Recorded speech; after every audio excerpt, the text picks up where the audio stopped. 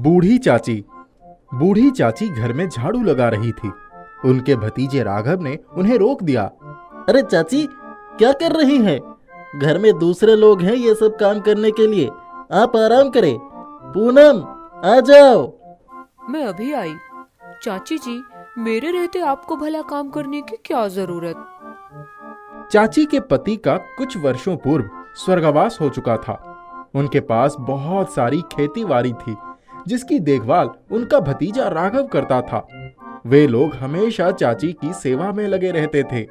चाची, आपने चाय पी, नाश्ता किया? हाँ, मेरा चाय नाश्ता सब कुछ हो गया। तूने कुछ खाया कि नहीं? हाँ चाची, मेरा पेट भरा है। खेत पर जा रहा हूँ। किसी चीज की जरूरत हो तो पूनम से कह देना। ठीक है बेटा। कुछ महीने बीत गए। चाची, एक बात कहूँ? बोल बेटा। आपकी जमीन जायदाद बहुत ज्यादा है। इस पर बहुत रिश्तेदार नजर गड़ाए बैठे हैं। आपकी हाल खबर तो कोई लेने आता नहीं, बस उन्हें जायदाद चाहिए। मैं सबकी चालाकियां जानती हूँ। मैं किसी को एक फूटी कौड़ी भी नहीं दूंगी। तू और बहू मेरी बहुत सेवा करते हो। तुम्हें ही सेवा का मेवा मिलेगा। चाची, जमाना बहुत खराब है। आपके बाद यही रिश्तेदार मुकदमा करेंगे और सारी जायदाद आपस में बांट लेंगे। हम लोगों का कोई बस नहीं चल पाएगा। ऐसे कैसे मुकदमा कर लेंगे? चाची, कई ऐसे मामले हुए हैं जिसमें सही उत्तराधिकारी को कुछ नहीं मिला है और बाकी लोग मुकदमा करके प्रॉपर्टी जीत लिए। इसलिए आज लोग जीते जी अपने वारिस को संपत्ति लिख देते हैं। अपने पड़ोस वाले सुखदेव काका ने भी अपने नाती के नाम सारी जायदाद लिख दी और दुश्मन मुंह देखते रह गए। तू सही कह रहा है बेटा। मैं भी अपने जीते जी सारी जायदाद तेरे नाम लिखना चाहती हूँ। तू मुझसे वादा कर, मेरी ऐसी ही सेवा करेगा। चाची, मैं पूरी जिंदगी आपकी इसी तरह सेवा करूंगा। चाची, आप ही तो हमारे माता पिता सर्वस्व हो। आपकी ही सेवा में हमारा जीवन सफल है। हम तन मन धन से आपकी सेवा करेंगे। आप बिल्कुल निश्चिंत रहिए। बहू, तुम लोगों पर मुझे पूरा विश्वास है।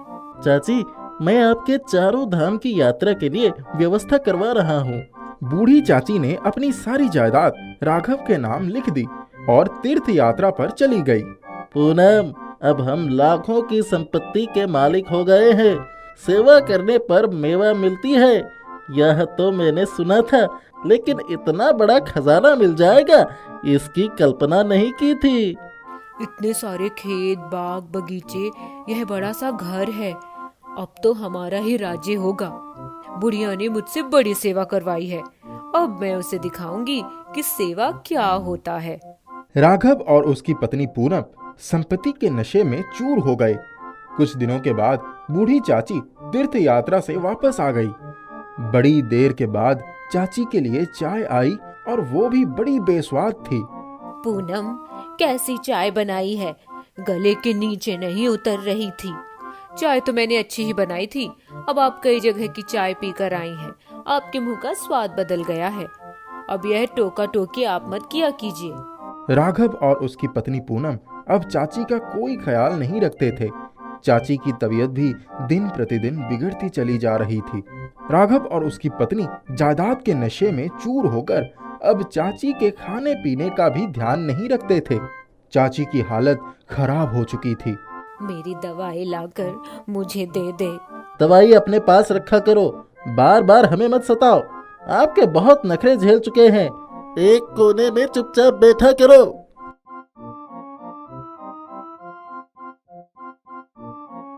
कितनी उम्र हो गई है, लेकिन अकल नहीं आई।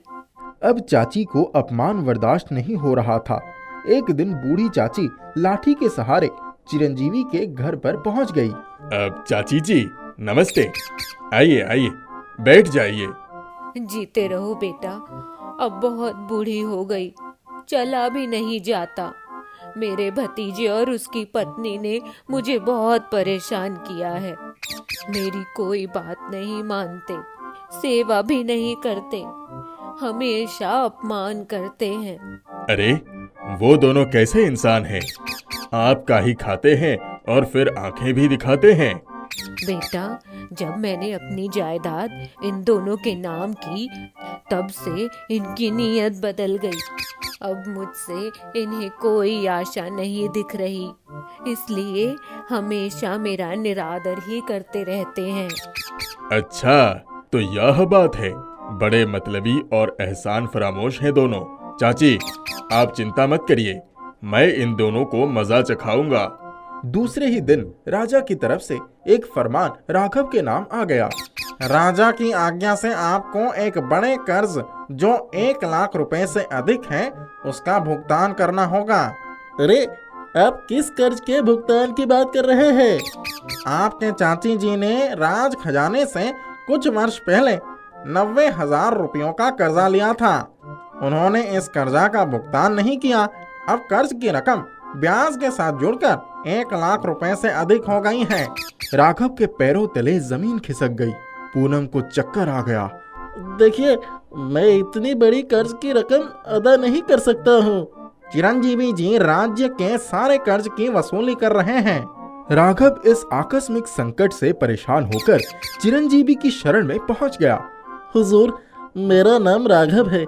मेरी चाची ने अपनी संपत्ति अपनी मर्जी से मेरे नाम कर दी है। अब मेरे ऊपर कर्ज का फरमान आ गया है। क्या आपकी चाची को आप लोगों से कोई शिकायत है? उन्हें हमसे कोई शिकायत नहीं है। हम लोग तो उन्हें अपनी पलकों पर बिठा कर रखते हैं। हम उनकी बड़ी सेवा करते हैं। आप मेरे पास क्यों आए हैं? चाची जी ने राज खजाने से कर्ज लिया था और उस कर्ज की वसूली के फरमान की तलवार मेरे ऊपर लटक रही है। मुझे बचाइए। अब उस संपत्ति के मालिक तुम हो तो तुम्हें ही कर्ज चुकाना होगा।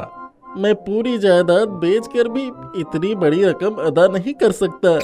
अपनी चाची को यहाँ बुलवा लो। कुछ देर के बाद चाची भी वहाँ आ गई। चाची, आपने अपनी संपत्ति राघव के नाम कर दी है, यह बात सच है? हाँ, सच है। राघव का कहना है यह तुम्हें अपने पलकों पर बिठाए रखते हैं, बड़ी सेवा करते हैं। यह झूठ बोल रहा है। यह और उसकी बीवी दोनों ही मेरा आदर नहीं करते और ठीक से मेरी देखभाल भी नहीं करते। चाची, क्या आप राघव और उसकी पत्नी के साथ रहना चाहती हैं? मैं इनके साथ नहीं रहना चाहती। राघव, अब तुम्हें राजघराने के कर्ज की पूरी रकम चुकानी होगी। हुजूर, मैं पूरी जायदाद बेचकर भी उस कर्ज की रकम नहीं चुका सकता। अगर ऐसा है तो अपनी चाची की संपत्ति फिर से उनके नाम कर दो। इसके पश्चात तुम्हें उस राज कर्ज से मुक्ति मिल जाएगी। अब राघव के पास दूसरा कोई रास्ता नहीं बचा था। अब ठीक है, चाची की जो जायदाद मैंने ली है उसे फिर से चाची के नाम पर लिखने के लिए मैं तैयार हूँ। राघव ने चाची के नाम जायदाद लिख दी। अब बूढ़ी चाची को राजकीय सुरक्षा मिलेगी। इनके खाने पीने रहने और स्वास्थ्य की पूरी जिम्मेदारी राज कर्मचारी निभाएंगे। इन्हें हर तरह की सुविधा प्रदान की जाएगी। माधव और पूनम का चाची के घर या किसी भी वस्तु पर कोई अधिकार नहीं होगा। माधव और पूनम मुंह लटकाकर वहां से बाहर निकल गए। उन्हें मतलब परस्त और एहसान फरामोश होने का दंड मिल चुका था। इस प्रकार से चतुर चिरंजीवी ने अपनी सूझबूझ और चतुराई से चाची को राघव और उसकी पत्नी के द्वारा किए गए अन्याय से बचा लिया। साथ ही साथ चाची को उनकी जायदाद फिर से दिला दी। स्वार्थी और एहसान फरामोश राघव और पूनम को उनकी लालच और बदी का फल मिल गया।